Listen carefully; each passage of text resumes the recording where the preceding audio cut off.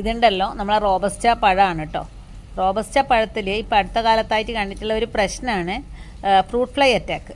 നമുക്ക് ആ പുഴുക്കളെ നമുക്ക് പെട്ടെന്ന് കണ്ണോട്ട് കാണാൻ പറ്റില്ല, കാരണം പഴത്തിൻ്റെ നിറം വെള്ളയാണ്, പുഴുവിൻ്റെ നിറവും വെള്ളയാണ്.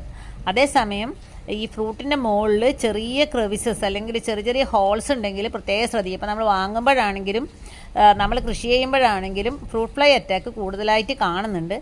ഇതുപോലുള്ള കുത്തുകളിലൂടെ, അതായത് ഇത് ഫ്രൂട്ട് ഫ്ലൈ മുട്ടയിടുക ചെയ്യുക. ഈ മുട്ട വിരിഞ്ഞിറങ്ങുന്ന പുഴുക്കൾ നമ്മളുടെ പഴത്തിൻ്റെ കാമ്പങ്ങ് തിന്നു കഴിഞ്ഞാൽ നമുക്ക് മനസ്സിലാവുക ഈ ഫ്രൂട്ടിൻ്റെ മുകളിലുള്ള ഈ ബ്രൗൺ സർഫസ് വെച്ചിട്ട്. ആദ്യം ഒരു ബ്രൗൺ പുള്ളിക്കുത്ത് പോലെ ഉണ്ടാവുമെങ്കിലും പിന്നീട് അത് ഡെവലപ്പായിട്ട് ഇതുപോലെ വലുപ്പത്തിലുള്ള ബ്രൗൺ ഡിസ്കളറേഷൻ ഉണ്ടാവും. ചില സമയത്തുണ്ടല്ലോ ഫ്രൂട്ട് നേരത്തെ റൈപ്പനായി നമ്മൾ വിചാരിക്കും, പക്ഷേ ആയിട്ടുണ്ടാവില്ല.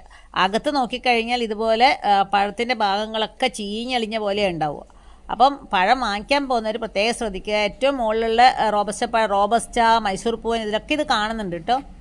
ബ്രൗൺ കളർ നീളത്തിലുള്ള ക്രിവിസസ് കാണുകയാണെങ്കിൽ മനസ്സിലാക്കാം ഫ്രൂട്ട് ഫ്ലൈയുടെ അറ്റാക്ക് വന്നിട്ടുണ്ട്. അല്ലെങ്കിൽ നമ്മൾ സ്വന്തം വാഴ കൃഷി ചെയ്യുന്ന ആൾക്കാർ കഴിയുന്നത് ഇത് പൊതിഞ്ഞ് സംരക്ഷിക്കുക. വാഴക്കൊലയെ ഒന്നുകിൽ നല്ലതായിട്ട് വാഴ ഇല വെച്ച് പൊതിയുകയോ അല്ലെങ്കിൽ വലിയൊരു പ്ലാസ്റ്റിക് കവർ വെച്ച് പൊതിയുകയോ ചെയ്യുകയാണെങ്കിൽ ഫ്രൂട്ട് ഫ്ലൈ അറ്റാക്ക് നമുക്ക് കുറച്ചെടുക്കാൻ പറ്റും.